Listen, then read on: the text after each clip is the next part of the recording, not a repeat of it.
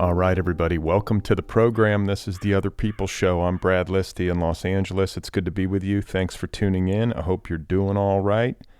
I have a new flashback episode for you today, an outtake from episode 24, my conversation with Charles Shields, Kurt Vonnegut's biographer, Harper Lee's biographer. In this particular episode, I was talking to Charles Shields about his biography entitled And So It Goes, Kurt Vonnegut, A Life. It was published all the way back in 2011 in hardcover by Henry Holt. This episode first aired on December 7th, 2011, episode 24. It's a long time ago. So my conversation, or a bit of my conversation with Charles Shields, is coming up momentarily. Before we get going, a quick reminder about my email newsletter. I do a weekly email newsletter. It is free. You can sign up over at otherppl.com or bradlisti.com. I basically let you know about the latest episodes of the show each week, and I share links to things that I've been reading and finding interesting. So if you would like to receive an email from me once a week, go sign up at otherppl.com or bradlisti.com. Likewise, I would love it if you would join the Otherppl Patreon community, help keep this show going into the future. You can do that at patreon.com/otherppl-pod. All right, so today's flashback, a bit of my conversation from episode 24 with Charles Shields, author of the biography And So It Goes, Kurt Vonnegut, A Life. Charles Shields is also the author of a biography of Harper Lee entitled Mockingbird, and another book called I Am Scout, the biography of Harper Lee. That is published by Holt Books for young readers. Charles Shields grew up in the Midwest and was a teacher in Central Illinois for several years. He worked over the course of his career as a reporter for public radio, a journalist, and as an author of nonfiction books for young people. So Vonnegut is a hero of mine. I spent part of my childhood in Indiana, and Vonnegut is, of course, from Indiana. So I always have felt a kind of connection to him in that sense, and I was very excited, I remember, to speak with Charles Shields about Vonnegut and to try to get some insight into his life and work. I should add, too, that episode 24 is available in its entirety. So if you like what you hear in this outtake and you would like to listen to the full conversation with Charles Shields, just go find episode 24. It's there. All episodes of this show are available to listeners. So I think that does it. Let's get to today's flashback from episode 24. Again, it first aired on December 7th, 2011. Here I am in conversation with Charles Shields. And the reason that I like biography is that it draws on a lot of things that I'm interested in. It draws on, of course, books and the creative effort on the part of authors. I'm interested in why people are the way they are. So in the course of researching them as writers, I also find out about what sort of influences led them to become writers. I always make sure to include a lot about their ideas, and I don't pass over the books lightly. So that's really the story of how I became a biographer, and how I got to Vonnegut was I was in college in the late 60s. The Vietnam War was going on. I was of draftable age. In fact, I was in the first draft lottery. And a lot of us were reading Vonnegut because to us he seemed to be talking and telling us in the phrase at the times the way it was, how it is. He has a very intimate voice on the page, and he was telling us that life isn't what you think it is. Just because somebody's older doesn't mean that they're wise. Hypocrisy and paradox are on either hand. Stay awake, stay alert. And he was embraced by my generation and also in succeeding generations because his appeal isn't time-centered. What I mean is, his books don't become dated easily. He's talking about the big questions that young adults are asking themselves about why are we here and what's the meaning of life, what should I be doing. So, when you are on the cusp of those kinds of questions, Vonnegut starts to talk to you. Well, yeah, no, I think I read, I want to say I read maybe a review or an essay about Vonnegut by, I want to say it was Jay McInerney, and he said that Vonnegut was great at asking or writing about the questions that college freshmen ask themselves. Right. He's kind of a master at that. Right. Well, he said he realized that his appeal was to young people, and he said, I want to catch young people before they become generals and politicians. I want to raise questions in their minds and doubts. So he tried to convey to them a kind of healthy skepticism. He's not a nihilist, and he's really not even a black humorist. In the book, I use the term comic didactic. In other words, I think he teaches through using humor and paradox and parables. Yeah, that seems to make sense. I mean, I don't know. There are a lot of labels that are applied to Vonnegut that after, I'm sure after writing the book, but after reading it as well, there are a lot of things that you perceive about him via his public image and the way that he presented himself that aren't exactly accurate. Right. Vonnegut, the man, is not Vonnegut, the author, and that may seem hard to believe because the man wrote the books. But he had a very distinct creative and personal side. When he was at his typewriter alone in his room, he was one person talking about things that mattered to him and ideas that mattered to him. Vonnegut's unusual as an author in that his books aren't powered by characters or particularly by plots. They're powered by ideas. So these books are, in essence, almost essayistic. They're long disquisitions on our relationship to God or truth or, love. But then there was Vonnegut the father, Vonnegut the husband, Vonnegut the neighbor. And he was an irascible guy, difficult to get along with at times, distant as a father. And his kids once described him as haunted. And I came to appreciate that because as I got to know him, there always seemed to be something going on behind his eyes. He seemed to be thinking about something else. And I think it had to do with his terrible experiences in World War II and also his disappointment in whether he thought he was lovable. Because I think Kurt doubted whether he was a valuable person. And writing for him was a vindication. Wow. And I think his mother's suicide as well. I mean, I reading about him, I felt like, World War II and his mother's suicide, which it's sort of unbelievable to me, but those two things happen within a year or two of each other. Yes. His mother kills herself on Mother's Day. While he's home on leave. And then within months he's off at the Battle of the Bulge, and then he's a prisoner of war. Right. Mother kills herself in May of 1944. He goes to Europe in September, captured at the Bulge in December, and in February of 1945, he's underneath a pattern bombardment by the 8th Air Force and the RAF.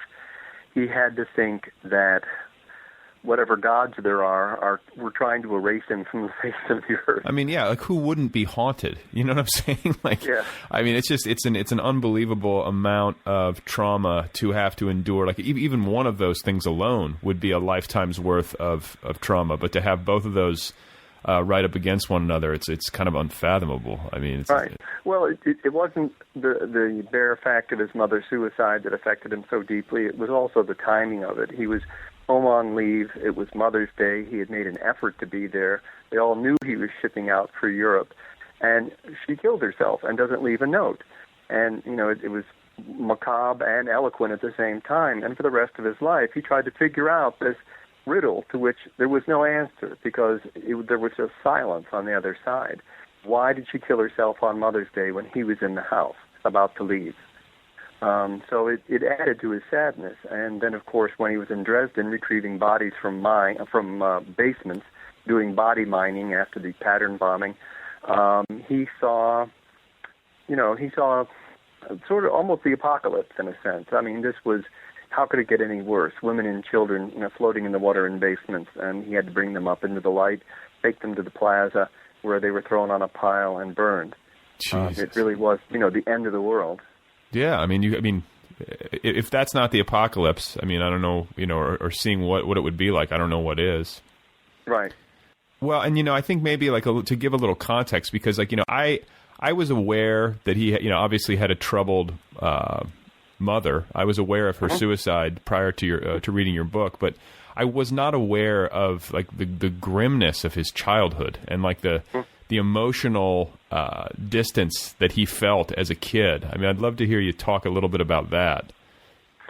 Well, Kurt had an older brother, Bernard Vonnegut, who became a famous atmospheric scientist. In fact, it was Bernard who co-invented cloud seeding. And all the attention was focused on Bernard because he was brilliant. I mean, he was taking advanced classes in school, and he was, bicycling over to the local college and things like that so he could get enough math. Went to MIT. And poor old Kurt is bumbling around at home, 7 to 9 years younger, I can't remember which. But his interest is books. His interest is jokes. He likes to listen to the radio. He's very verbal. So they really were bookends as brothers. One was highly cerebral and could find no value in art, thought that anything artistic was merely decorative. If it didn't have a solid, quantifiable answer, it was worthless. And here's Kurt, all personality, all charisma, all fun. So he felt that his parents shunted him aside and were fascinated with his elder brother. And it seemed to be proven so, when Kurt was about to go to college and he wanted to major in English, but Bernard intervened and persuaded his parents that English was for the birds. I mean, get something practical. He should go into science and technology. So when he went off to Cornell, he majored in something that he was not interested in, and as a result, he flunked out and ended up at the Battle of the Bulge. Well, no, and he also, didn't he want, he had an opportunity to go to work for the Indianapolis Star, but rather than even go to college. So, it's like, how might history have been different? How might, literary history have been different? Right. He thought he was doing things that would make everyone proud. He, walked in the editorial offices of the Indianapolis Star, explained that he was editor of his school newspaper and loved to write. And the editor said, well, how about a job, kid? And so he comes home to tell everybody, I'm going to be a newspaper man. And the response is, no, you're not. You're going to Cornell. You're going to Cornell, and you're going to major in chemistry. And he was a terrible student there. He was good on the newspaper, it seemed like. It wasn't... Yes, he was very good on the newspaper. And you know what? Kurt had the horsepower to handle science. He got an A+ in physics in high school, and it was a kind of a magnet school that he went to. And, later on when he went into the Army and he took an officer training exam, and it turned out that he got high marks, they put him into the artillery and also some kind of engineering program. So look, Kurt could have done it, but it wasn't where his heart was. His instinct didn't lead him in that direction. And you're not going to be joyful about anything that people are making you do that you don't want to do. Right. So what about his father? His father through all of this, his mother was, we should say that they were very wealthy people, at least prior to the Depression. I hadn't realized quite how wealthy they were, but she was an heiress, his mother was. Yes, she was. And so they were living with servants and chefs and the whole thing. Exactly. They lived in an arts and craft home in 1922, which at that time was, very she and on the cusp of everything progressive in architecture.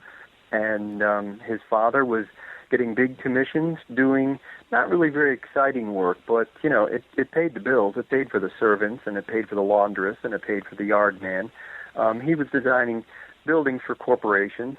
And his mother was the heiress of one of the largest breweries in the Midwest, the Indianapolis Brewery Company, and she came into a great deal of money. Kurt Vonnegut's mother came out for the 1908 London season. She was abroad looking for a European husband. In fact, she became engaged and it didn't work out. But part of the reason, in Kurt's words, that she became cracked was because the Depression took away all of their money. She couldn't believe how far she had fallen. And she was, permanently depressed, angry, and felt like a victim.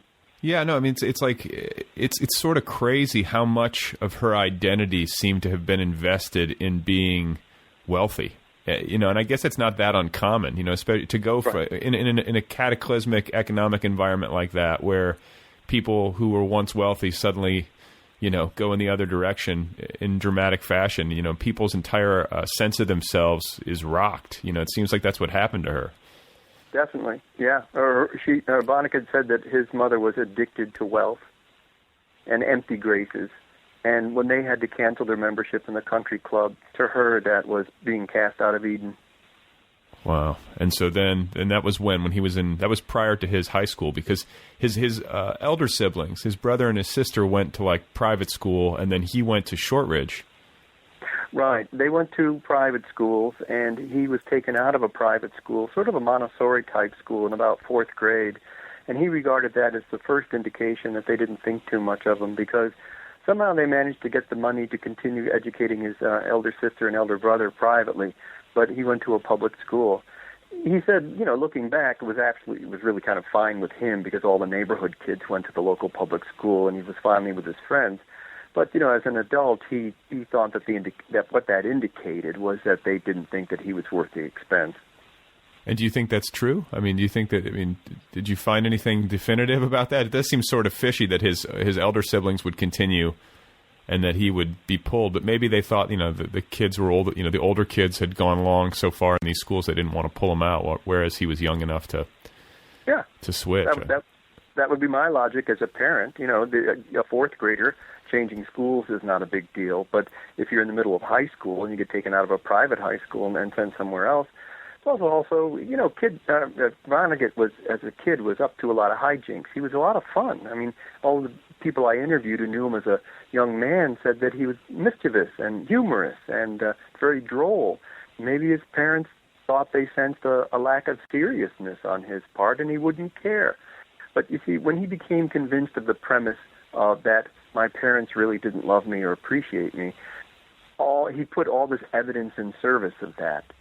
When he would talk to me, he would show further proof of the fact that nobody taught him anything, and his father didn't even teach him how to throw a ball.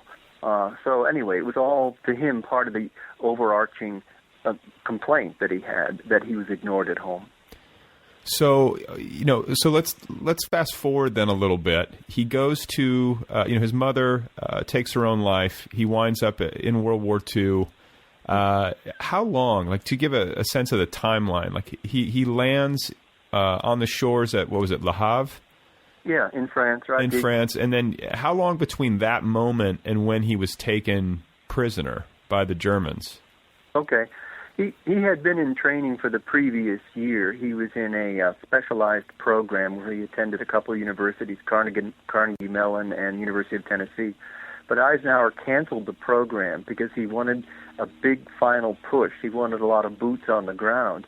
So he canceled all these programs that were going to take a long time, and instead pulled guys out of class and put a rifle in their hands and sent them back to boot camp. And so Kurt went from being somebody involved with artillery and engineering to being a scout, being an infantryman.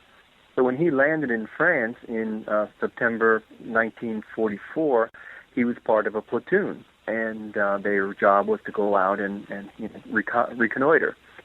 When he got to deep into France and moved up to the line that was being changed over from the veterans to the new guys, and he was one of the new guys, the Germans waited a few days and then attacked because they realized that they were facing green troops and it was now or never. It was probably a gambit on the part of Eisenhower. He wanted to draw the Germans out, hit us with your best shot. And they did. They gathered all their remaining tanks and all the remaining artillery, and in the course of about 4 days tried to annihilate the Allies, with the result that 2 regiments, Kurtz and one other, were completely surrounded, cut off, and marched deep into Germany, where they were put on boxcars and taken to Stalag. And from there, Kurt was taken to Dresden. Wow. So now how far of a march are we talking? He marched in the snow for about 3 days. And all they had on them were what we call D-bars, which were like these really heavy-duty chocolate bars that are loaded with protein. So they had a couple of candy bars. Once they got on the boxcars, there was no food. And as they traveled deep into Germany, which took 2-3 days, there was an accident. As incredible as it sounds, they were parked in a railroad yard, and some British mosquitoes came overhead and mistook the train for a German troop train, not a train full of prisoners, and they bombed it. Oh, God. They blew some of the boxcars to pieces, killed some of the men. The Germans put the train back together, repaired the rails, and he went on deeper into Germany. By the time he arrived at the Stalag, he had been on the move for about 6 days, living on, whatever he could cage off the other guys. And the final cruelty, I guess, was when they got off the trains at the Stalag, instead of being marched inside, they were told to lay down in the snow. It was too late to enter the camp. And during the night, a number of the men died from frostbite. All right, there we have it. That is today's flashback. An outtake from episode 24, my conversation with Charles Shields, author of the biography And So It Goes, Kurt Vonnegut, A Life. It is available now in trade paperback from St. Martin's Press. Episode 24 first aired on December 7th, 2011. You can listen to the full episode wherever you get your podcasts. All episodes of The Other People Show are available to listeners, so if you would like to hear the full conversation, go find episode 24. It's there, waiting for you. Don't forget to subscribe to this podcast wherever you listen to podcasts. You can also subscribe on YouTube, follow the show on social media, TikTok, Instagram, Twitter, and Blue Sky. Support the Other People podcast. Join the Patreon community at patreon.com/otherpplpod. Help keep this program rolling into the future. Don't forget to sign up for my free email newsletter. You can do that at otherppl.com or bradlisti.com. And if you would like to do me a quick favor, please rate this podcast wherever you listen. Give it a rating, write a review if that's an option. It helps the show in the rankings. It helps it find new listeners. If you would like to get Other People gear, a t-shirt, a sweatshirt, and what have you, just go to otherppl.com. Look for the t-shirt. Scroll down. You'll see it. They're good t-shirts. Finally, a quick plug for my latest novel. It's called Be Brief and Tell Them Everything, available now in trade paperback, ebook, and audiobook editions. I narrate the audiobook, so if you would like to read my latest book, again, it is called Be Brief and Tell Them Everything. All right, so coming up on Sunday, I am going to be in conversation with Rebecca Bergman, author of the novel The Museum of Human History, available from Tin House. It is the official August book club pick.